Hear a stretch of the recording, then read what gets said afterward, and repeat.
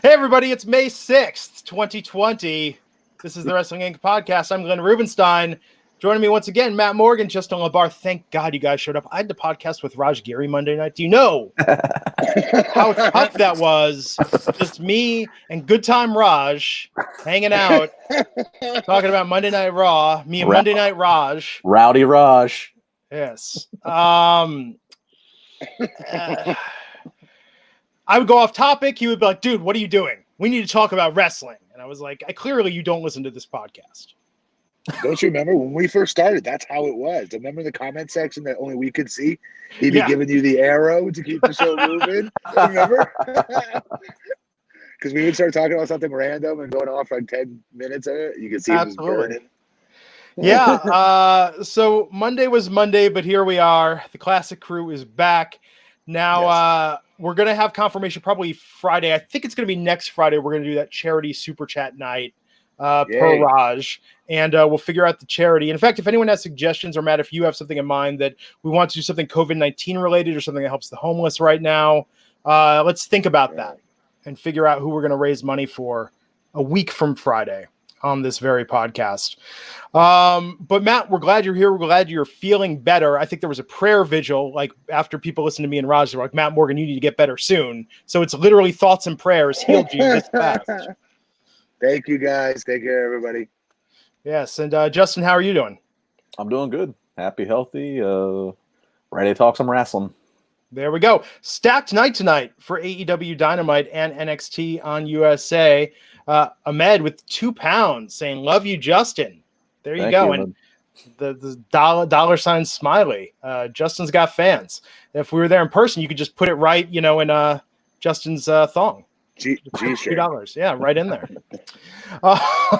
So tonight was notable. AEW was at Dailies Place in Florida. This was a live show. It was still light out when they did this tonight. And I don't know what you guys thought, but man, the way they staggered the limited audience that was there, this felt like a pay-per-view compared to what we've been seeing. This did. And I love Daly's Place. I have always loved it from the first time they shot there. I know I always go on my little rant about how, in my opinion, they should have been doing their pre-tape shows there as well. Just because this friggin' physical setup of that place is insane. It's different. It has such a different aesthetic to it, especially when there's a crowd there, obviously. But even without the crowd, even the daylight coming in, I thought that was cool as hell. I just think when you watch tonight's show, it made it feel special. Yeah, I agree. And even it was a few fans. I saw one even tweeted at us saying that they got tested. They got a COVID test and they were allowed in. Even just a few fans, and of course the other talents just making noise. Really tonight, if you flick back and forth, if you go between AEW NXT, AEW NXT, both can be having awesome matches, but just there's that extra bit of silence you get on NXT. There's just nothing else, no noise, and it's side by side. So I used to have this argument with Raj, not argument, but he always made such a big deal between AEW and NXT when it was normal before the COVID outbreak, and saying he always liked AEW better because he thought the production was better, but he also thought the shot of the crowd was better, right? Yeah. The crowds being into it and whatnot. And I was like, I guess I don't watch it for that. I always watch it for the matches themselves as a former wrestler dissecting each match. But now without the crowds being there and watching the matches without the crowds, there was a huge difference in being able to watch AEW tonight with just a little bit of fan interaction versus not having it. So good for them. Yeah, and here's the tweet that we got. Mike79 on Twitter said he took a test outside Daly's Place. Not many fans there, very few, but they allowed me in. So there's a shot of the setup before they went live tonight, which is, this is notable, right? Even in a limited capacity. It really is, and I hope other sites pick this up right now, because that's major, in my opinion. That's major news, and that's a major breakthrough no matter what way you want to look at this virus, that you actually have a company responsible enough to be giving out tests, when just 3 weeks ago it was next to impossible to just flippantly get a test. My next question, though, not to be Debbie Downer, is how are they getting results back fast enough? So you get tested and you just go off into the sunset and watch the match. When do you get your results? Well, Matt, Mike, maybe if you're watching. Mike, if you're watching, can you give us the answer in the chat room, please, if you're watching? Yes. Sorry. Matt, maybe they took a page out of my book and just, got a oral thermometer, used it rectally, on everyone. And then we're like, well, this is accurate, right? We know he's okay.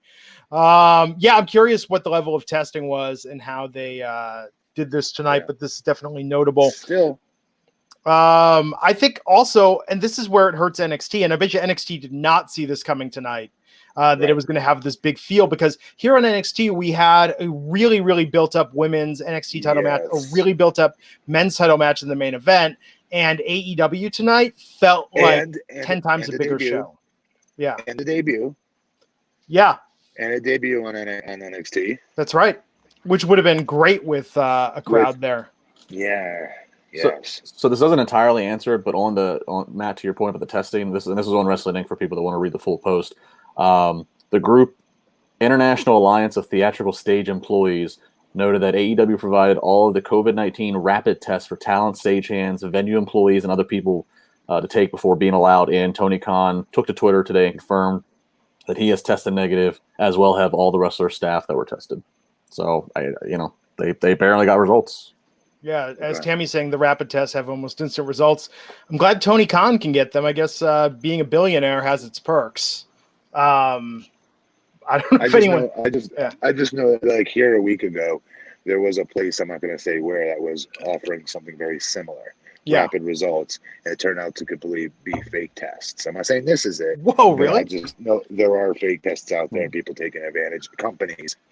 Faux companies taking advantage of it. Well, this probably obviously isn't one of them, but I'm just saying. Well, and let's face it, Tony Khan, being also an owner of an NFL franchise, for any of these pro sports to come back, it's going to take all of them having rapid instant tests on hand in order to allow these players to go out there and play. So that's great news. I hope this is all perfectly legit, because then we could get back. You know what I mean? Maybe we can get some more normalcy with even maybe more fans, as long as they're doing it safely like that. I mean, seriously, when we look back, we might be looking back on this day and went, holy crap, AEW was the first company to test fans. I haven't heard of this anywhere else. Have you guys with other sports? No. Ryan L, Buck99 saying probably flew in days ago and took a test. It's funny, I was talking to a comedian the other day whose podcast I'm working with as part of my agency, and he was saying he really wants to do a stand-up special, and he was going to make that like part of the bit that fans want to go see comedy and events so much right now. He was going to fly fans out and have them quarantine in a hotel for 5 days, take a test, give them like partitions in the audience. And he didn't care if he had to come out in a hazmat suit. He wanted to be the only comedian doing a stand-up special right now. Like, he would go to all these lengths to make it happen. Right. So I think, in the case of AEW with Tony Khan's resources, I'm sure that, he can make anything happen if he wants to. I thought it was interesting with Jake the Snake appearing tonight, because doesn't it seem like just yesterday, Justin, that Jake completed his quarantine at DDP's, the DDP yoga crib, and then here he is right back tonight with AEW? Yeah, I mean, he was quarantined in that hotel, as we talked about in Atlanta, because he couldn't go back to the DDP property. But here he is. The whole reason he did the quarantine in the first place is because he went to AEW weeks ago and wanted to help these guys out. He always keeps saying, he's always quoted, I want to help these guys and girls out. So. Yeah, but then he went and lived in DDP's garage for like 14 days or whatever before DDP would let him into the house. No, that was when he was at a hotel. He left the hotel. Oh, did he go to the garage then? He went to the garage. Wow. Okay. I know, so that's why I was surprised to see him back tonight. Anyhow, we got a lot to talk about. Leon's Duncan, $2. Dexter Loomis looks like Brian Fury from Tekken. Deep with the Tekken reference. I have to ask, Matt Morgan, what was your favorite fighting game? Mortal Kombat. I'll accept that. Justin? Mortal Kombat. Wait, no. Double Dragon. Well, that wasn't head-to-head, but yeah, okay, point taken. Dude, when Double Dragon came out, that was like... that was game-changing in the sense that it was like such a leveled side-scrolling beat-em-up. And for Nintendo fans out there, it was made by Konami. So but any games made by Konami back in the day were top games, generally. And that's where the Konami code came from. That's where the up, down, left, right, BA start. Yeah. BA select start if you want to hook up your brother playing 2-player unlimited mode. Justin's like, I have no clue what you're talking about with the codes. We had the best childhood ever, Justin. Ever. Think about it. We got to see all the great sports athletes of all time. Michael Jordan. We got Nintendo first. We got to see Mike Tyson. We got to see so many cool things in our lifetime as kids. Because it was all new. Yeah.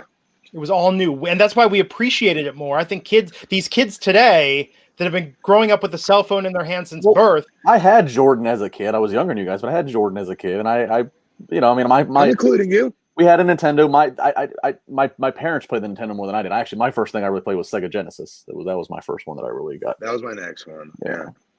I was including you. Yeah, I think Street Fighter 2 has the most legs out of any fighting game. I think I got too old. I think I was too. I got my phase where I wasn't playing those type of games anymore. I was big on like RBI baseball, like baseball. Oh yeah, yeah, sports games. Yeah. Absolutely. So now to tonight's wrestling shows. Let's talk about Dynamite first. Yeah. Okay. Yeah, it's right there in the title, Matt. It's Wrestling Inc. podcast. I know. We got to do something. I've been thinking about this today. I'm like, should we be doing another podcast? Should we be doing something else? Yes, we totally should be. The fans prefer it better, unless something big happens. They want us to talk about that. Sure. But in general, they like the going back and forth. I know. Brandon Hall, $2. Don't forget Atari. Who could forget Atari? Oh, now that was before me. Yeah, Brandon, that technically was my first one. The Morgan family bought it at a tag sale from someone down, like 2 houses down the street from us, and we got 20 games with it. Yeah, Pong, Pac-Man.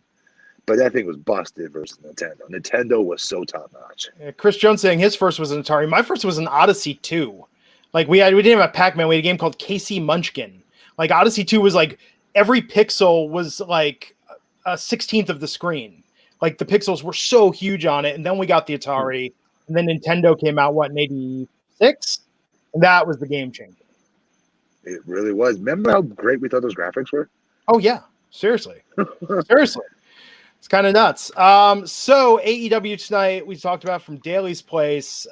We had Cody versus Joey Janela opening up the show. Justin, I'll go to you first. What did you think about this match? Here's the thing. I don't know. This is becoming like a trend. Like I feel like, and like it's nice of the Codys and the Hangmans and these guys that have already some established credibility. I'm like looking. I was watching. I'm like, why is Cody Rhodes going 15 minutes? I know he's trying to give some credibility to Joey Janela, and Joey Janela was with him from the ground floor of announcing this. So you don't want to just like dismiss him as a jobber because he's not that. No. But when I think of Joey Janela, I think of like a fun, kind of crazy, gimmicky guy, and he has his gimmicky, spring break parties in matches and events at Mania weekend. Right. When looking side by side, and Joey, I hear is a great guy, so I'm not knocking him personally. But when you look at him, put him side by side, tell the tape of Cody Rhodes, I'm just like, it shouldn't be this competitive. I didn't get really that sunken into it for an opening match for what's supposed to be on paper this grand night of Dynamite. Hey, Matt, what you think? You took way too long to talk about that match. Way too long. Just say he shouldn't have gotten that much ring time with Cody. I get Cody trying to give him the rub here, but not on my time when I'm watching with my TV, watching with my eyeballs. If I'm that short on sound bites, things get taken out of context. You're in politics. You know this.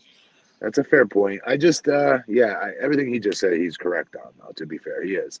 But Cody is that giving, right? So, like, the wrestler in me appreciates that. But, I mean, he's not going to be beating Lance Archer. There's no way in hell he beats Lance Archer for that title, for the TV title, right? The TNT title. So, I don't get why he's making himself go 15 minutes with an under guy. And then knowing he's going to be doing the JOB to Lance, there's going to come a day where this is going to hurt Cody eventually. Paul Myers having an interesting point that at least Cody went 15 minutes with an AEW star like Joey Janela, unlike Omega, who went back and forth with the jobber for that very long match. I agree with you, Paul Myers. I agree with that comment, Paul. But he did not do 15 minutes though, did he? No, it wasn't quite. And I like Joey, believe it or not. I don't know. Fan of Joey. What's missing with Joey so far? It feels like they haven't his body. Yeah. Oh, well, first of all, how they've booked him. Yeah. That's not on him. You can't take a pen and put the paper and just put you in a match versus somebody out of the blue. They've got to do that. Secondly, he's got to get on his body a little bit. He doesn't have to be a body guy, but he can't be skinny fat like that either. Hmm. To be where he should be, I think he should be higher up. I really do. The dude cuts a good promo. You want to punch him in the face all the time because he's such a heat magnet. Seriously, he's good at what he does. I like him, and I like how outside the box he thinks, how creative he is. I'm a fan of the guys that do all the extracurricular stuff when they're not in the ring. The YouTube stuff, I like that. It shows me how much they love what they do. So I like him. I'm a fan of him, Joey. So Ahmed's got a super chat comment with £2 saying he's showing us new moves. So they're building up. I'm assuming he's referring to Cody or Joey. I wish I had an answer for that. I think with Joey, Matt, don't tell me hold up ever again. But continue. He said hold on, not hold up. I'm just joking. Yes. What am I gonna do? I don't know. I'm just joking. And we've learned the way to get him to take a timeout is take a knee, Morgan. You know, you just have this Pavlonian response, like you're back, in Kiwi football, looking for your helmet. Anyhow, Next. Cody won that match. We had the recap of Nyla Rose beating Rio for the AEW World Women's Championship. Clips were shown in action. Also highlighted were Britt Baker and Penelope Ford. So this was sort of an overview with AEW's women's division, talking about Rose's potential contenders, including Hikaru Shida, currently 7-1. She's the number one contender. Then Tony Schiavone talked to Nyla Rose. Rose said she didn't like the video package a little, and everyone knows she's the best in the ring. It'll always be her. And she sent Tony back to commentary. Then we had Nyla Rose with Kenzie Page. Kenzie, a young wrestler, making her AEW debut. I mean, this was a pure squash. But what did you think of the promo in the match, Matt? Solid. I think everything she does is good. She's really good. Being serious. I believe her. I think she's incredibly believable. And she's the new age. I can't believe I'm saying that because that makes me old. But she's the new age Kong. Wow. She is. And she's a mean you-know-what on the mic. I believe her. Yeah, she's believable. And it's actually, I got to give AEW credit. It's amazing the difference just 2 months has made. I feel like their women's division is in such better condition in terms of, Britt's doing interesting things. They got Chris Statlander. They actually now are starting to have a pack of talents to actually chase down this dominant Nyla Rose. Yeah. I thought this was good. I wish what's her name, Penelope Ford, was a babyface, though. I think there's money in her as a babyface. I do. Eventually. I thought this was good tonight, and I think that Kenzie Page is the perfect type of talent to just make Nyla look so dominant. Because, Nyla is older, bigger, more powerful. Like, this was a very good use of contrast that I actually don't think we see enough of when they use enhancement talent. A lot of times it's not somebody that's just clearly so different than the dominant force. Yeah. Perfect. This was a perfect executed segment of what it was designed to do. After Nyla won via pinfall, we had MJF with this green screen promo tonight. What did you guys think of this? I don't think we're getting enough from him. I'm just being honest. I want more MJF. This was good. This was funny. He's always funny. I want him on 2 to 3 segments every show. It's a 2-hour show. I deserve it. I want him on 2 to 3 segments every night. Yeah, I thought they gave him stuff tonight. I don't know why. I mean, Justin, if he was there in person, why did they do this green screen promo? And that was gonna be my point. Is the promo was good, but it was just odd to go from this pre-taped, green screen virtual green screen set promo, and then all of a sudden he's right there in the ringside with Shivani. That was odd. I get it that they wanted to do the ringside thing, and the whole point of it was Shivani says, "Oh, you're gonna be taking on Jungle Boy at I think at Double or Nothing." So I get that that's what they wanted to do, but to have them back to back, a pre-tape and then a live promo, that's pretty unheard of. But nonetheless, both of them were good promos. It's just unusual and odd. Yeah, I liked his Burberry face mask. I thought that was a good touch tonight. Yes. We had a promo, Sean Spears talking about Dustin Rhodes' career being over after the beating he took by Lance Archer. This was talking about Cody building up his match against Archer. And then MJF is going to wrestle next week. And then we had Jon Moxley versus Frankie Kazarian in a non-title match. I have to admit, this was good. This was good. Kazarian can go, bro. He's always been a great hand, and I'm not saying that in a patronizing tone either. I mean, Kaz has always been able to be good, great worker, great wrestler. Back in the day when he had long hair, I remember I met him in OVW, and I remember being like, this dude's going to be a huge star because at the time he was a little bit bigger in his physique. He had a good body on him. Every girl there at OVW thought he was like the hottest thing ever. So I'm like, he's got both things. He can work in the ring at 100 miles an hour with anybody. His promos were good enough, and he was handsome. So I was like, he's going to be like a big time deal. I always felt personally. If he ever got his break with WWE, and then he gets called up, tells him he's not cutting his hair, and it was just downhill for there. So when I got to Impact, I was always very happy to be able to work with him whenever I could, because he's the whole, in my opinion, he's the whole package. But this was perfect for what it was. This was a great match for Moxley, a great outing against a very good opponent, in my opinion. The AEW has done a decent job of establishing as a very formidable wrestler. As SCU, I thought, my opinion, I like them. They're my friends. I didn't expect them to be at this level, if I'm just being honest. Like the first tag team champion, I didn't expect any of that. I thought they'd be like in the middle of the card that would always lose and get younger guys over. You know what I mean? So he was built up enough where this meant something versus Moxley. I thought this was a really good match. Right length entirely. Justin Ahmed has a super chat question. Wants to know, is Double or Nothing going to be a pay-per-view without fans? I would guess. Well, based upon that we saw some fans tonight, I would have to think that if there was no issues that came out of tonight, that they will allow some number of fans. What I don't know about tonight, and I'd like that person that tweeted us to tell us, do they just let the fans come in for free? Yeah. Do they let the fans come in for free, or do they charge them? I don't know how many was there, but like you can't charge 10 fans. That doesn't make sense. It'd be the most exclusive ticket. What would you pay? I'd also like to know for Double or Nothing. I think they will allow fans if they did it tonight and they had no problem. How many did they have tonight? I don't know, Matt. If you had a guess, can't you see? I think there were maybe 20 people in the audience total tonight. From what we saw when Moxley made his entrance, yes, 20 looked to be about right. Did we never get a full shot around it? There were some shots I don't remember. The only two shots I can remember when Moxley came out, obviously the camera followed him through the crowd where they had those fans sitting, and then when Brandy threw Britt's shoe, they followed the shoe, and you could see where the fans were. I would say 20 to 30 is about what they had. Okay. So. Yeah. So we shall see. But no, I thought this was exactly the right length match with Moxley beating Kazarian.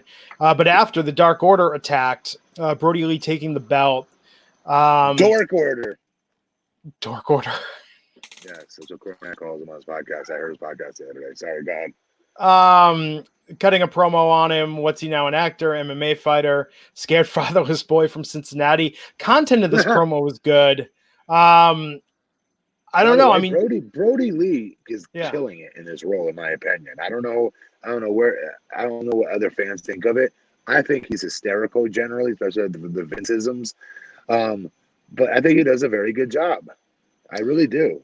I think the dudes in masks are holding him back, actually, at this point. Oh, yes. Are you kidding me? This is the definition. I told you that's what you guys know what I'm going to say, of getting some on you. Mm-hmm. He's getting it on him by the buckets with this group because he's better than this. But they do provide for good comedy when he's got to do his Vince speeches and stuff like that, right? Sure. Just to berate them and slap them around and stuff. But Matt, think about when you were at your most dominant, your most eloquent on the mic, the promos you were cutting, the performances you were giving. If they said, we're going to have 5 guys in ski masks following you around all the time as like your minions, you'd be like, why? Why is this necessary?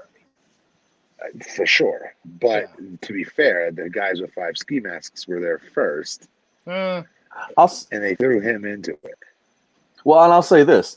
I think the Dark Order was much more Dork Order before Brodie got revealed, and when it was just these guys who were having this cult trying to look tough or whatever. Yes. And then when Brodie got revealed, and part of Brodie's shtick has been these Vince-isms, that to have these minions now at least gives them some more context. It's minions for him to belittle and execute his abuse of power. What does it do to Uno? What's his name? Uno. We haven't seen him. That's a good question. What role? What role does he play? Brodie, so Brodie, if you call it, Brodie referenced Evil Uno tonight when talking. He's like, Evil Uno said you're not a reasonable man. I think something was a quote talking to Moxley. So it's kind of like Evil Uno is like his deputy, like his lieutenant. Kind of is what it feels like. I get that, but it hurts his character, in my opinion, because he looks nothing like Brodie. Brodie's the boss. I don't know. Yeah. Oh, and Uno on Twitter when he's tweeting out like it's Wednesday, Mr. Brodie Lee, you know what that means. It's just kind of like, I don't know, man. Riding coattails. Yeah, it's pretty subservient at this point. I don't know. It's not good for Uno. Well, how about, and let's talk about this. I mean, Brodie's great. Brodie looks great. He's good in the ring. And Brodie is the man behind Brodie Lee is one of the most intelligent people in the wrestling business. He's very well spoken. This is interesting though. So I like him talking more, but this is interesting that this quick they're having him against Moxley for the title. Because that makes you quickly go. Yes. All right, what's happening there? You're not going to have Brodie outright get pinned 1, 2, 3 this quick. I don't know, dude. He ain't winning the title either, though. So that's what I mean. That makes for a very interesting booking decision. If Moxley no-sold Hager's super powerful finisher, I don't think Brodie is going to come out of this looking like the all-dominant, all-powerful force. You know, because I think Hager was like a longer build for a less satisfying payoff as far as his standing goes. I don't know. I mean, we could see what happens. Then we have this Brandy promo talking directly to Jake Roberts about some of the things Lance Archer has done. And then we went into QT Marshall with Brandy Rhodes versus Lance Archer with Jake Roberts.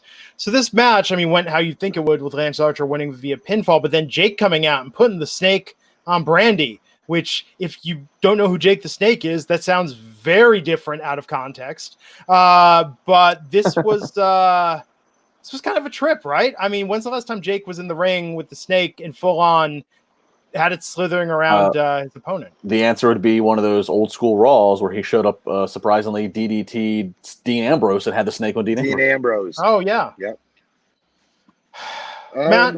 Matt, how would you fare if they said you're facing Jake the Snake tonight and the snake's going to crawl all over you? Just got to lay there. True story. We were to have Jake at IWC Wrestling here some years ago at one of our big shows. And the plan was going to be, like a big 6-man or 8-man schmoz. And I was going to get the DDT and I was going to get the snake put on me.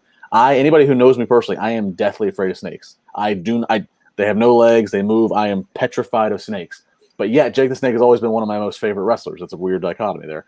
And so for weeks leading up to it, I was like sweating and nerves, but also like jacked with like little kid excitement. And then Jake was not able to make the show. And so it didn't happen at all. So all that anxiety just like out of me. Thank you for that last 1 minute of absolute. That was a great story. I'd rather say it this way. It's much meaner. It's a great story.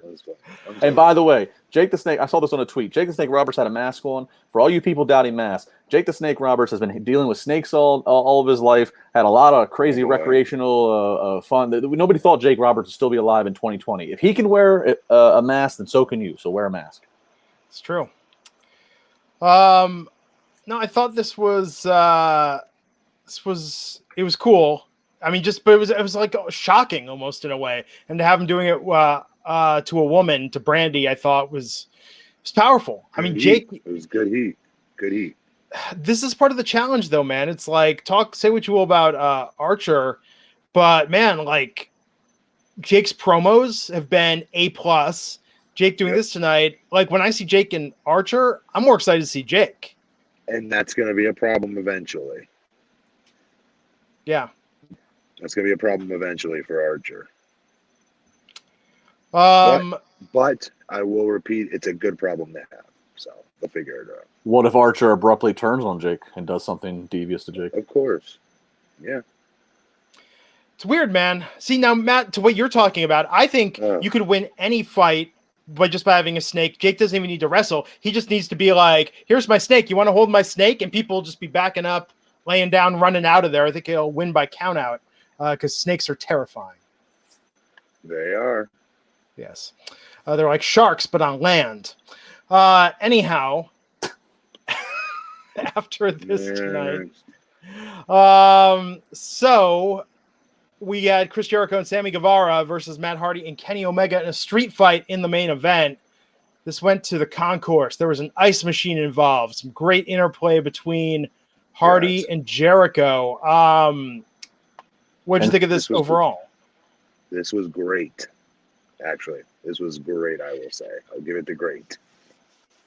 And this was great. This was fun.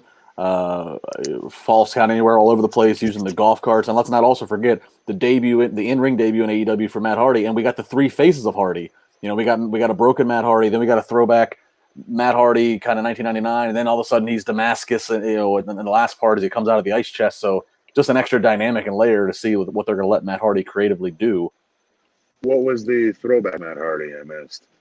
In the middle of the match, he was on the outside. He disappeared for a while, then he popped back up, and he was looking like Matt Hardy when Michael Hayes managed them. He had the velvety blue shirt, and which was different than what he came to the ring with. His broken Matt. Oh, I loved them chasing Sammy Guevara in the golf cart. Yes, great visual. And Sammy took a hell of a golf cart bump.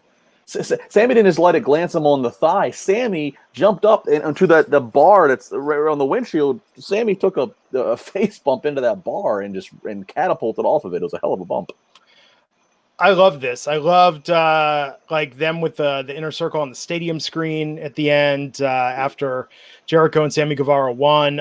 This was just a really fun match, and it's crazy that something like this, with no real stakes, but a lot of creativity, just in my opinion, completely overshadowed what we saw in the main event of NXT tonight.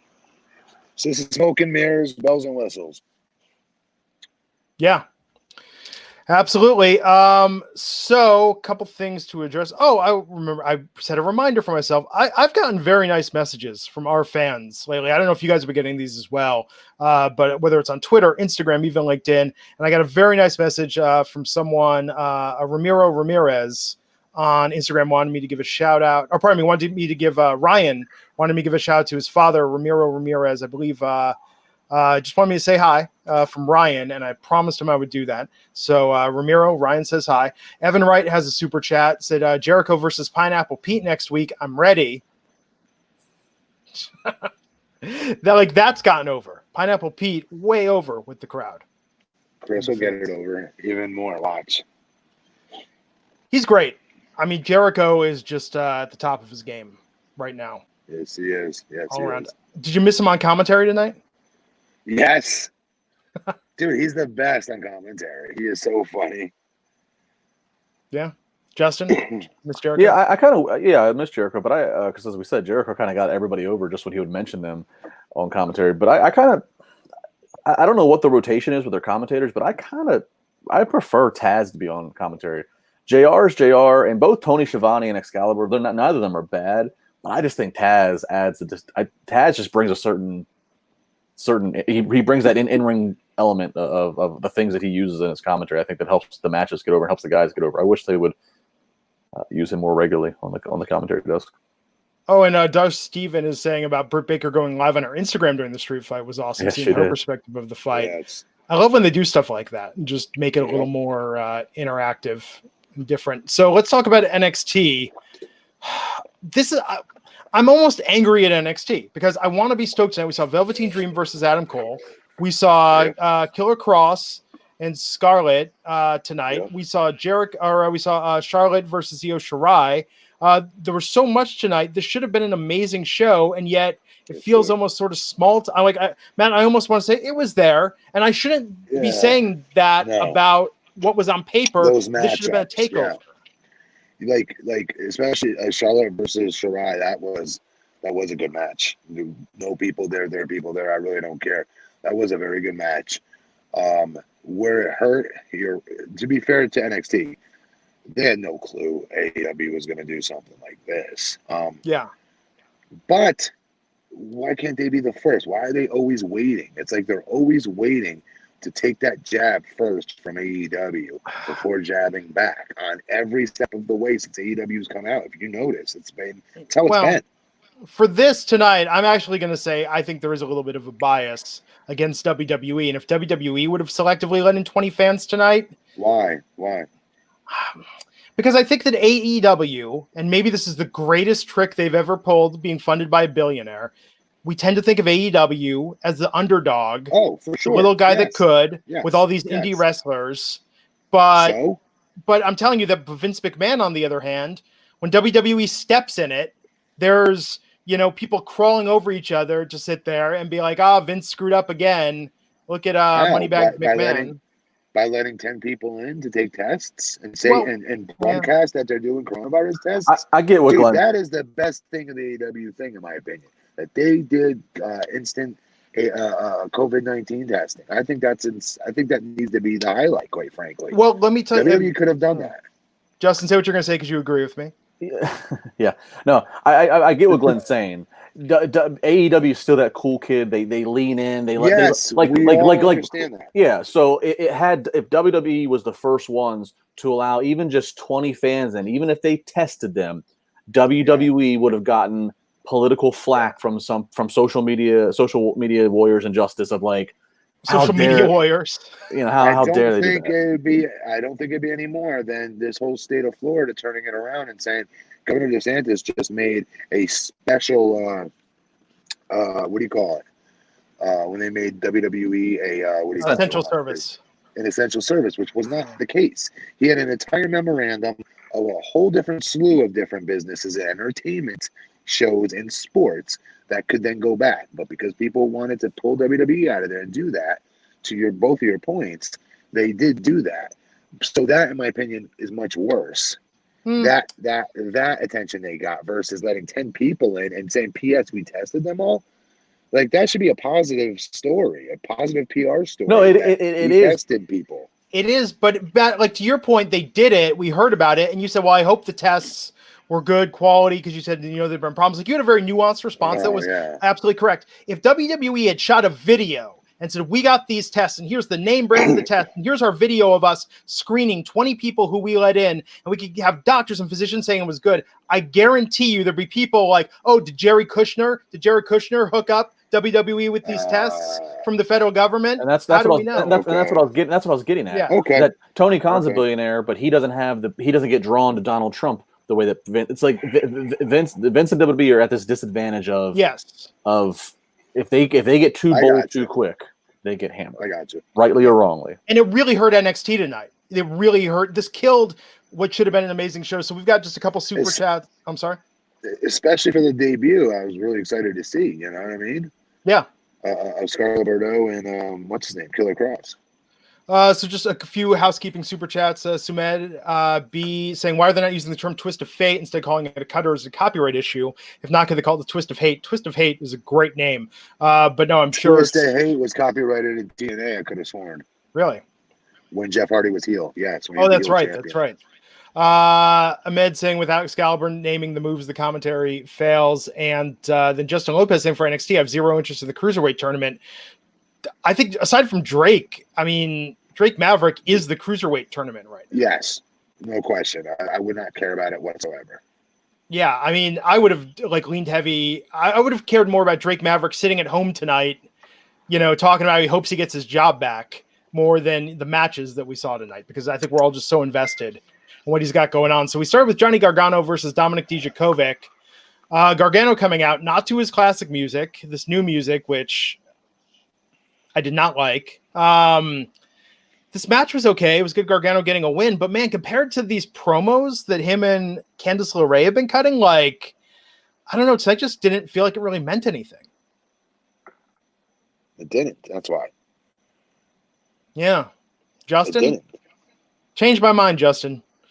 You know, I don't know. I've seen Johnny Gargano his whole career as the Shawn Michaels babyface. So seeing them as this heel, and they're going all in with he and Candice being heels.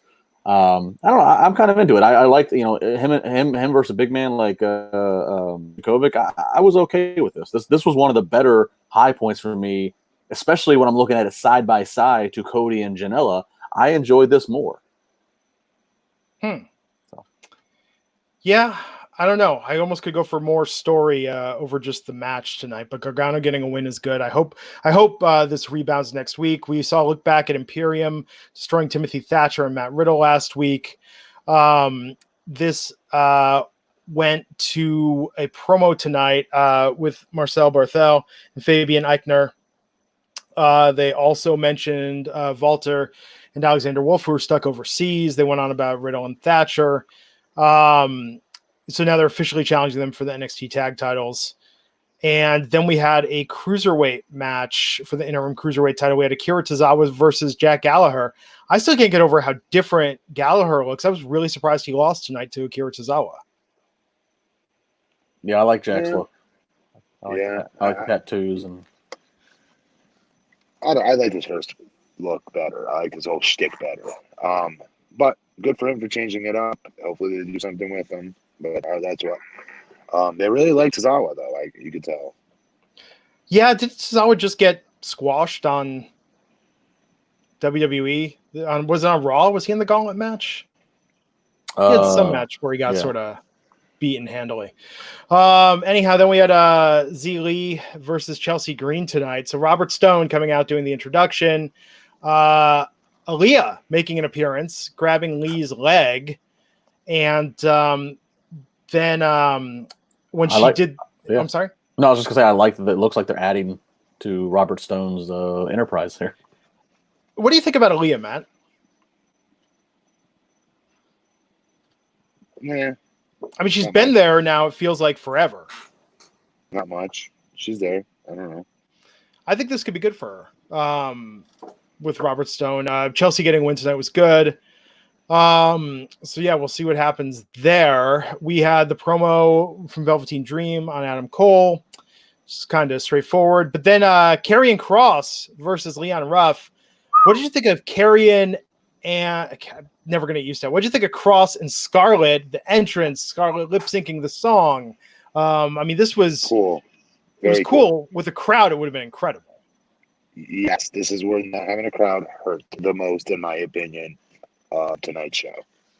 Yeah, because as soon as that entrance was done, as soon as the music stopped and the lights come up, you would have gotten a "this is awesome," a "holy shit." There would have been the fans would have found some chant of unison. Because the way it looked, the way it sounded, the way from TV, the way the camera angles were, this was memorable. It was different, and it made both of them, not just the male wrestler, but it made both of them seem like a big deal. Yes. It's going to take a while. It's going to take a while for me to get used to Scarlett's kind of slightly new look, but she looks like $1 million. I mean, she looks like she could be main roster in contention for the women's championship.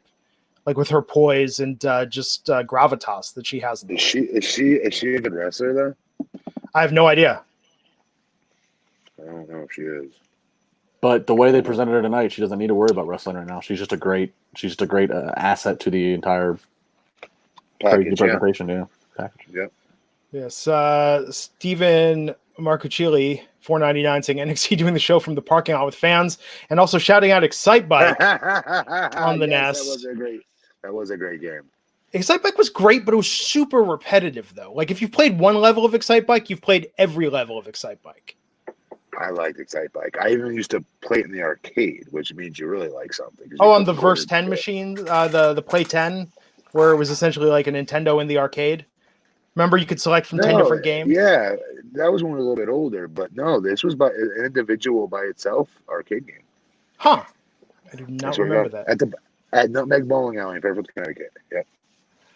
Penny Leany giving me a hard time. Glenn has no idea if she's a wrestler, but she can compete for the belt. I'm sure she has wrestled. What I'm saying is, I don't know if they brought her there to wrestle, but I'm telling you the look and the way she entered. And I talked about this before with Lana those years back. Remember when Lana came back to challenge for the title? Lana looked like a main event superstar until she started wrestling. And then it was like, oh no. But before that, she absolutely looked credible.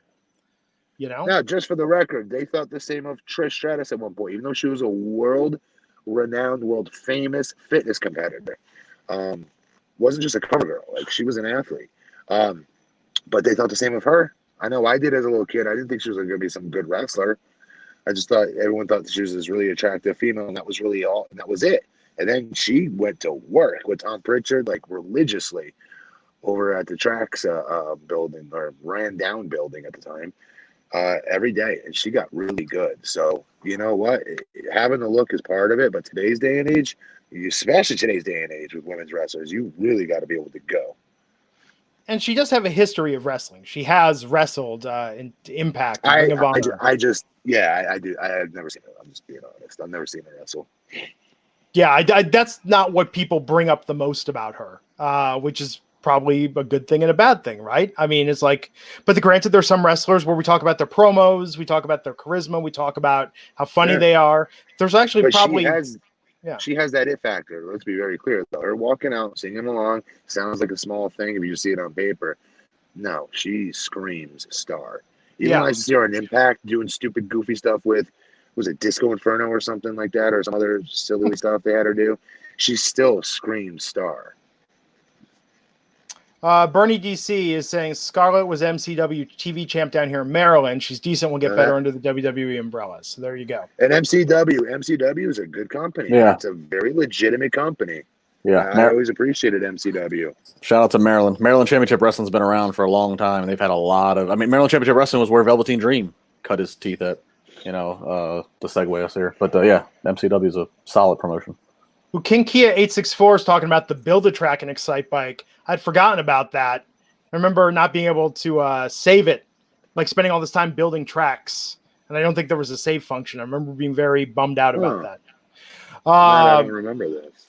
And then Brandon Hall, $2 shouting out, like RC Pro-Am. Hell yes, RC Pro-Am. Yes. Big time, yes. Wasn't that one of the first 4-player games when you could use like the tap to like have 4 controllers hooked up at once? I believe so, but RC Pro-Am was awesome. Yeah. Justin, you don't know how spoiled you were. When we grew up, you could only hook up 2 joysticks to the console. You had to buy a special adapter to hook up 4. None of this Bluetooth technology like these kids have today. I will say, like I said, we had a Nintendo. Sega Genesis was what I first remember. I remember when the very first PlayStation came out. That seemed mind-blowing. Like games like Vigilante 8, where it was 8 different crazy cars that had different guns and weapons, and the first WWE Raw is Warzone game that came out, like had pyro. PlayStation's what really blew my mind, like in the late 90s, that first PlayStation game. Yeah. Star Wars was my first game on that PlayStation, and I remember just being like, it's just like a movie. I was trying to tell like my mom and my friends. Yeah. Do you ever look at those games now? Because when I was a video game journalist covering it, it always used to be like, this is like watching sports on TV. And now you look at those games and you're like, this does not look like watching sports on TV. At the time, it didn't even. It's just all we knew, you know? Yeah. Yeah. Like, anyhow, Brandon, you don't have to give $2 just to say yes, but thank you. Raj Giri, appreciate it. Raj Giri complaining the other night, happy that the golf course is open. But he can't go to the clubhouse at his country club because that's shut down. So Raj Giri, thanks you for that $2. Brandon. Yeah, Brandon Hall, you're just helping Raj Giri's country club dues. Yes. Real quick, the best baseball game in our childhood of all time at the time was Baseball Stars. Yeah. With the Japanese player, last name O. He was like the home run champ in Japan. Dude, he hits a home run every time at bat. You guys got to go look it up. Baseball Stars. The best baseball game ever. I believe it came out on Neo. I think it came out on Neo Geo when we got a little bit older there, Glenn, after Nintendo. Yeah. SNK's system where it was actually the arcade machine that you could have at home, but it was like $500 and games were $200. Oh, yeah. Obviously, I didn't have it. My friends did, yeah. Yeah. Samurai Showdown was the shit on that. Anyhow, yes, it was. So Karrion Kross, of course, won that match tonight. Then we had the title match. Oh, we had Matt Riddle and Timothy Thatcher just responding to the challenge from Imperium. And then we had the NXT Women's title match, Io Shirai versus Charlotte Flair. So this ended in DQ, which is kind of crazy. Now, the one fan who I've talked about before who loves to DM me to talk about Liv Morgan, saying he just couldn't believe that Io Shirai got a DQ, but Liv Morgan lost clean on Monday Night Raw. I wanted more from this match. Stop putting him over for DMing you about Liv Morgan, because now he's just going to continue. It's just unique because of all the things people DM me about. I got a great DM the other day. Someone wanted to talk about Funko Pops. People will keep telling me about this Goonies reunion, and I'm like, Glenn, yeah, I know, I saw it. Glenn. Yeah. After you talked about the guy who takes Blue Chew and beats it off, close your DMs. Close your DMs. You have to follow. I have to be following you for you to DM me. Close your DMs. It's safer for you. That's a good point. I get nice messages, and even the Liv Morgan guy is very nice. I get very nice messages from our fans. So, all right, really quick, what was your question though about this match? You asked me something. Oh, about Io Shirai and Charlotte. Like, I was expecting more from this, though. Oh, I dug it. I do. She is growing on me more and more. And Shirai, I mean, I love Charlotte, obviously, but Shirai, I'm growing much more on me. But why did Charlotte need to grab a kendo stick and attack her and get DQ'd with that? That part just didn't make sense. Does it not help protect Shirai from losing cleanly? Yeah, but I don't know. I don't know that it helps Charlotte though either. I looked at it as the champion just using desperation and playing off the champion's rules, where she has to be beat. She doesn't have to beat her. It was kind of a desperation move. Yeah, and Charlotte. She's not getting over here by any stretch of the imagination versus these girls. She's Charlotte Flair. She's already up there. She's there. These are to get these other girls even more over and give us better matches, maybe, or whatever it is, and why she's there to begin with. Well, but then here's the weird part. So after Charlotte's attacking Io, and then Rhea Ripley comes and makes the save. This is the first time we've seen her in a month now since losing the title at WrestleMania. Why not just have Rhea Ripley interfere and have it be a DQ that way? I don't know. It's not the individual parts I have an issue with. It's the order that they happened in. Can I tell you why? Because then you lose your confrontation between Charlotte Flair and her, who we've not seen in a month. Yeah. Okay. You lose that. You lose that picture, that visual. I don't know. I'm trying. Okay. So, M. Kennedy, I'm not reading that super chat. It's funny, but thank you. Thank you for the $1.99. Michael Sachs Jr.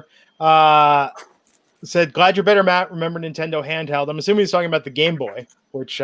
Game Boy. I had Game Boy. I had a Game Boy, yeah. How many games did you own on the Game Boy that weren't Tetris, though? No, I was just saying, I was all about Tetris. That's it. That's all I played on it. I had a Paperboy game. The game Paperboy? The game Paperboy. I think it was like a Zelda game that I had on there as well. Yeah, the Zelda game was intense. I didn't like the black and white crap. I did not like it. So Tetris was all I would play on it. Yes, Keith Robinson, $4.99, pointing out, speaking of Atari, do a search for Internet Arcade. There's 1,100 old school coin-op games available from 70s, 90s. It's amazing. I will check that out. We almost bought a cocktail Ms. Pac-Man. I really wanted one of those sit-down machines, but I was going to hack it so we could play other games. You know. What other games? Well, I was going to put an emulator on it so that way I could play everything. I mean, I put it on my Chromebook, so I've been playing like Paperboy. Is this when you said sit down like tabletop? So it's like an old school arcade one, but the ones with the you can put like your drink on it and stuff like that. Yeah, the Ms. Pac-Man machine. But I was going to hack. So how would it know to go from Ms. Pac-Man to go to some other game? How would it know to do that? So you get a little. Well, I would replace the computer in there. You get a thing. It's called a Raspberry Pi. It's like a little $50 computer you can buy. Uh-huh. It's just like a dedicated little microcomputer. You put a card in it, and you can install something called MAME on it, which I talked about a few weeks ago, and that can emulate thousands of old arcade games. You can find the ROMs online and load it on there, and then it's got a menu select. You can just play it. I've been using that on my Chromebook. I've been playing Paperboy 720, Ms. Pac-Man, Street Fighter 2. Like just all these old games. So I love. Is it the real versions of those games? Yeah, dude, it's the actual arcade program. It's the actual arcade files that you're running on this emulator. That's pretty cool. Yes, when the quarantine is. Glenn, you're on a different level. I was gonna say, Matt, when this quarantine is lifted, when the society is returned to normal, I will come to your house when it happens. The next time there's an event in Florida, I will show you how to set this up, so you can just play like all these old games. It's really easy and it costs almost nothing. Yeah, that'd be awesome. Thank you. Yeah, Glenn, Matt, when all the bans are lifted, can we all just travel to Longwood? Can we just do this podcast one Wednesday night, all at your truck? Yes, that'd be fun. Absolutely, it'd be great. Brandon, I'll set up a tent in the backyard. Your wife will never know I'm there. Okay, Brandon Hall, just naming games now. King of the Ring on Game Boy. Game Boy. Game Boy was tough because Tetris was so good. Like you almost didn't need any other Game Boy games aside from Tetris. No, you play forever. It was such a good game. I love Tetris. Yeah, and it never got old. But you got the thing where you play it and then you close your eyes and you see Tetris when you close your eyes? No. You've never had that happen? And let me tell you, and I played it forever. Even in college, we went and bought an old busted Nintendo just to buy Tetris for it. And that was a big thing between me and my wife. We would play that all day, all night on the weekends. Wow. So you never got Tetrisized. Interesting. No. I feel like I'm being like left out because I played that a lot. Yeah, it's a thing. Look it up. Does anybody else, when I'm packing the trunk full or the hatch full of luggage and Christmas presents on a road trip, does anybody else think of Tetris? Because that's total Tetris for me when I'm trying to fit everything for 2 kids and a dog and a wife. Or moving in the moving truck, U-Haul truck. Absolutely. There was a Tetris knockoff called Boxel. And Boxel, you played a guy that just had to move boxes in a warehouse. I remember this. Yeah, it was like the most like jankiest game. There were a lot of bad Tetris. Remember Genesis had columns where you were like matching colors? Yes, I fell for it. I bought it like an idiot. It was not the same. There was Clacks. There were a lot of Tetris knockoffs. Anyhow, we had this interim cruiserweight title match, Kushida versus Jake Atlas. Pretty easily, Kushida won this. Yeah, I like Jake Atlas. I like Kushida, but Drake is really why I'm into the tournament. Let's talk about Finn Balor coming out to the perch, taking the mic, and just talking about pushes tonight, talking about squashes. It's kind of a different promo from him. What did he say exactly? I'm not remembering it. I was talking about getting the big push, but when you're in the ring with the Prince, the push you're expecting won't be a push; it'll be a squash. Ooh. It had to have been better than that. I got to go back and rewatch it because my kid was probably yelling at the time or something. I don't remember it. And then Cameron Grimes versus Denzel Dujournay. Cameron Grimes winning that match easily and then cutting a promo. Yep. First off, why did it take this long for Grime Time to be a thing? Like Grime Time should have been his gimmick week 1. That is gold. It should have been. I agree. So he was talking trash about Finn Balor. Finn Balor came out. Grimes slapped him in the face, went on the attack. Balor took him down and stomped him, hit a sling blade. Grimes retreated, and then Balor made his exit after a stare down. So we will see more of them soon, I'm sure. But then we had next week we're going to have Balor versus Grimes. It was confirmed after the commercial. And then we had the NXT title match, Velveteen Dream versus Adam Cole. This could have been a takeover main event. I felt that this was just kind of nothing, right? I mean, Dream's entrance was okay. That's because this match. Well, first, who won the match? Tell the fans really quick. Well, Adam Cole won, but Dexter Lumis came out to stop Undisputed Era, to stop Strong and Fish. And then Dream had the win, but of course the ref was knocked out at the time. Yeah. And then when the ref came to, Cole got it back and got the win. So you get a visual victory for your baby face, technically. Yes. If I had a dime for every time I beat a Jeff Hardy or Ken Anderson or something like that for the TNA title, I'd be a zillionaire. And I always tell the booker, I'm like, it's not the same thing. Like, oh, it's a visual victory. I'm like, dude, come on. You had a 10 count. I'm like, that's such a marky thing to say. Like seriously. Oh, well, hey, I call my wife from Impact. I go, hey, hon, did you hear that? Like, okay, I'm not winning. Well, then why are you calling me? Well, no, you don't understand. I'm going to knock Jeff Hardy out with the carbon footprint. The referee's going to be knocked out, but I'm going to pin him for 10 seconds. So technically, I won three and 1/3 times, technically. No. So, anyways, just want to get that out there. But it's called a visual victory it's to protect baby faces as well. But nonetheless, this was a good match. This was a good match. But this is, again, a great example of why we need fans. Because these fans would have been losing their bleep during this match tonight.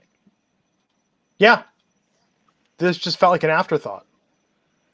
Yeah, it did. And again, if you're one of those people that's doing like we were doing, if you're trying to watch both things live, it just...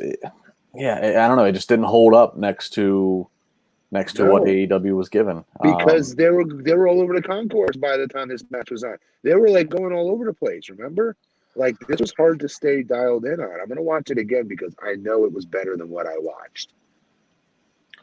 Yeah, and now, Adam Cole's still champion, and now it makes you kind of go, all right, well, now what? Because I think for a while there, you kind of thought if you were armchair booking, that Dream would be the one to take the title off of Cole. And they're still going to be there. That's okay. They're going to still be there. I have a feeling they're just waiting for the fans to come back to the shows eventually, get things back going again, and then go there. Because, I mean, it has to, right?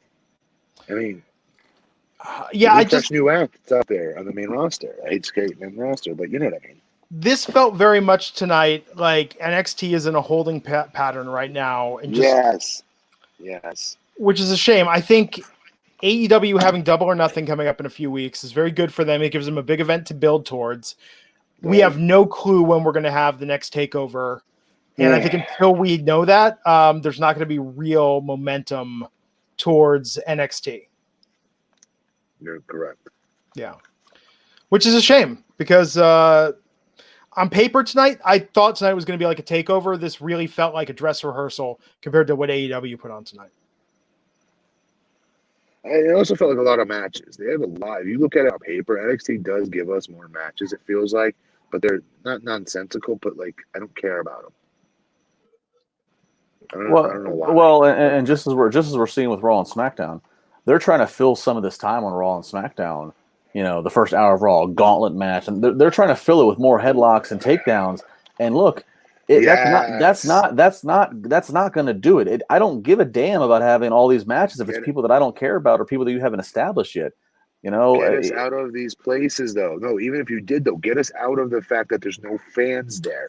AEW is still putting on matches, but if you watch, they're doing it in a very creative way where they're doing all these other different segments that you don't need to have fans there for. They're doing much more of that type of booking. I don't understand why, and I have to give props to Raj because he tweeted something similar to this.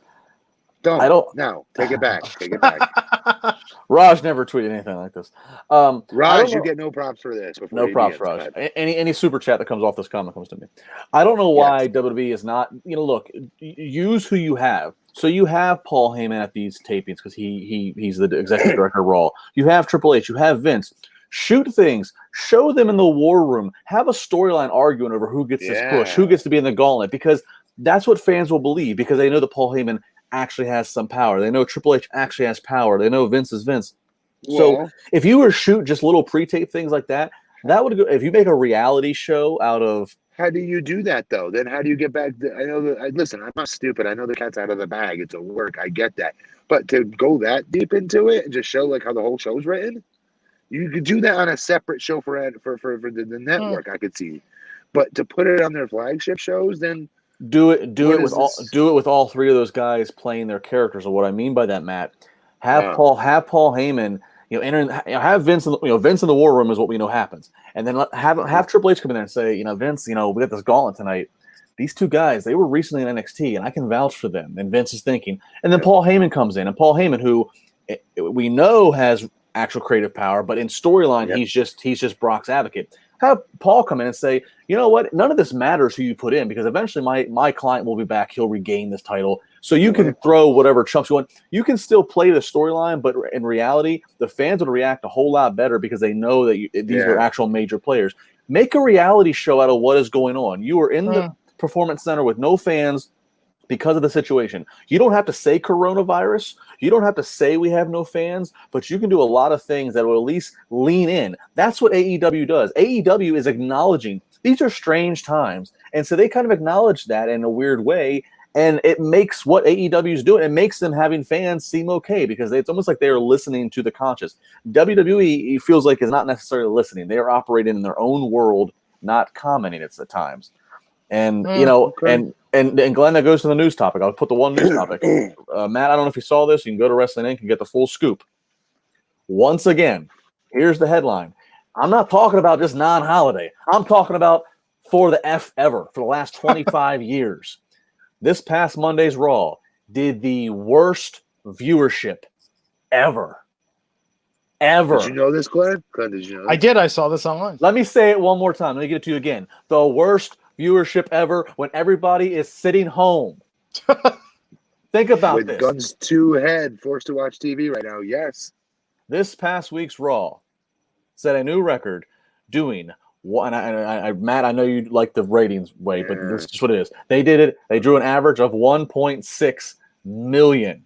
Okay.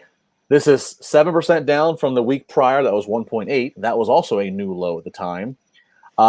This was the worst, the lowest and worst hour 2 and hour 3 viewership ever. Wait, so I want to put this in the proper context. Is this the lowest WWE rating for any SmackDown in Raw or just Raw? I think it's just Raw. Right? Just Raw is what we have. I think some holiday SmackDowns maybe did. And your rating for the 18 to 49 demo was a 0.46, which that is also the lowest I've ever seen. I'm looking right now. I'm looking at the entire ratings for Monday of this year. The next lowest after that 0.46 was the week prior at 0.51. Wow. You're making how rude of Glenn to yawn in the middle of your big moment there. Your big news breaking moment right there. You just took it from me. No, it's huge. Wait, so you farted on my heel turn there, Glenn. Seriously. That was your heel turn? Yeah. Hey, listen, that's terrible news, obviously. But what I don't understand though is, they're not going to do anything different. They're not going to change anything. No. So, what are you hearing, Justin? I've been seeing these rumors on. I know Vince is there, but he's in a bad mood and he's not really engaged. Like, what's going on right now? Because this doesn't feel like even Vince rubbing his 70-year-old man stench over everything. This just feels like. I mean, this just feels like technically we were putting on a TV show and fulfilling the terms of our contract. Like, it feels like this is literally the bare minimum. We're not even getting Vince's quote-unquote good shit at this point. Here's what I have the problem with. They're eating up a lot of. When they released, had those few weeks there in April where they were doing it live, because from our understanding, Vince was concerned if he wasn't live, that Fox and USA could renege on some deals. But now that we know that that's not the case, and they have said it can be taped, we just need original content. So now that they're on this thing where WWE's doing live one week, tape the other week, the fact that they're able to do taped, and you have 7 days to do the one thing that WWE's done that's worked in this entire terrible pandemic is when they've gotten creative with pre-tape things. And hopefully they do it this Sunday with the Money in the Bank matches. They need to. I will say this interesting about them, and I think all three of us will be together Sunday night. Vince was the one who, Vince was not there present doing the Boneyard match. Vince was not there present doing the Firefly Funhouse match. We have it on confirmation that he was the one there overseeing the Money in the Bank and Titan Tower. So this Sunday night will be interesting to see how does Vince's touch on this pre-tape cinematic world go. This better be the most insane shit that crazy old bastards ever thought of. I have a feeling we're going to get a lot of Vince toilet humor. I feel like we're going to have two guys fighting in the bathroom and somebody's going to be dropping a huge deuce in the stall. But they're just rolling out people that Zelina Vega's doing a great job as a mouthpiece and as a heel stable leader. She's doing a great job, but half the people she's leading in her group, I don't care about. I don't know enough about. WWE's just trying to again roll out match and fill time. And it's just it doesn't matter. None of it matters. None of it matters. I mean, I do predict though, this is probably driving Vince crazy not having fans. I would not be surprised in the coming months. Not whether it's in Florida, New York, Connecticut, somewhere. I could see Vince finding some venue where he makes it his new TV home and has 500 fans, whether they're tested or whatever the case may be. I feel Vince will do whatever he has to do to get a controlled environment to have fans. Right. Maybe he pays 500 actors. Maybe he goes to a SAG. No, seriously, it has just plants. Has just a studio audience that claps when they need to clap and boo when they need to boo. It's his dream. And they wear WWE merchandise and they wear the WWE themed mask. That is his dream, but I don't care. I'll take that. Isn't that? Wait a minute. Isn't that what NXT is though? Well, they're not plant Isn't fans, that? But they act like that. You're right. No, they act like that. So I think whether it's the PC is not built for it, and so, but whether it's in Florida, state of New York, Connecticut, or somewhere where he can get the government's backing, I can see him locking a venue down for the foreseeable future. TV. That's where they do all TV. Yeah. It looks more traditional, and he can get even a couple hundred fans. They like NXT, and because I think this is driving him nuts, not having any live. Yes, Tammy's saying, of course, ratings are low. Humberto versus AJ for the 36th time, and Street Profits versus Vikings for the 40th time. Nothing new with no crowd. I mean, Monday night show was rough, Justin. I see why you didn't get out of bed to come on here and talk about this Monday night. That was a really boring show. Justin, tell everybody what was happening. Oh, I got the 10:45. LaBar. Oh, I got the 10:45 text from Raj. Hey, Matt's sick. Can you come to the podcast? And I was already comfortable in my bed sipping a cocktail. I said, hell no, I'm not, I'm not coming on. I got an early morning, Tuesday morning meeting on Zoom. I'm not messing up the good time feels that I got here in Casa de la Bar. You're like, what percentage am I getting in those super chats, Raj? Right. You know? Yeah. Right. Making it all work. So there you have it, folks. Do we have anything else? I feel like No. Friday was so epic. I'm still in the shadow. If you didn't listen to Friday night's podcast, go back and listen to Friday night's podcast. SmackDown wasn't great, but I would say that the podcast we did Friday night's one of the best we've ever done. Yeah, I think we always do. Even when the shows stink. And we'll do it again this Friday, and then we'll do it again Sunday night for Money in the Bank. Money in the Bank. Yeah. Oh, like, I think if Money in the Bank doesn't deliver, like, this is it. Like, their ratings are just going to just go off a cliff at that point. And I think it will have no effect. Honestly, want to know why? Because Money in the Bank could be great. I hope it is. I think it's going to be. But then Monday night, it's over with. Yep. Like, we're not going to see anything from it. Yeah, Ryan L. saying, will Orton and Edge increase ratings for Raw? I don't think so at this point. Well, a little bit. Well, Yeah. They did not specify Orton and Edge's appearance of whether or not it's an appearance. For all we know, they could be showing the WrestleMania match of Orton and Edge again. That would be Okay. bad. Well, hang on. I disagree. I think that would actually get more people than 1 point, whatever that was. Remember how long that match was? Do you want to watch that match again? That was like I did 40 not minutes. like it. I wasn't a huge fan of it. All right. I know a lot of people loved it. I didn't love it. I didn't love it. Yeah. So there you have it, folks. So he's at Justin LaBar. So- He's at BP Matt Morgan. You want to do the outro, Matt? You take us home tonight. Folks, we had an amazing time here on Wrestling Inc. podcast, right? Do I even say Yes. that? The Wrestling Inc. podcast with Justin LaBar. Wait, no, hang on. For Justin LaBar and Glenn Rubenstein, I am Matt Morgan. he's a pro. How's that for a sign out?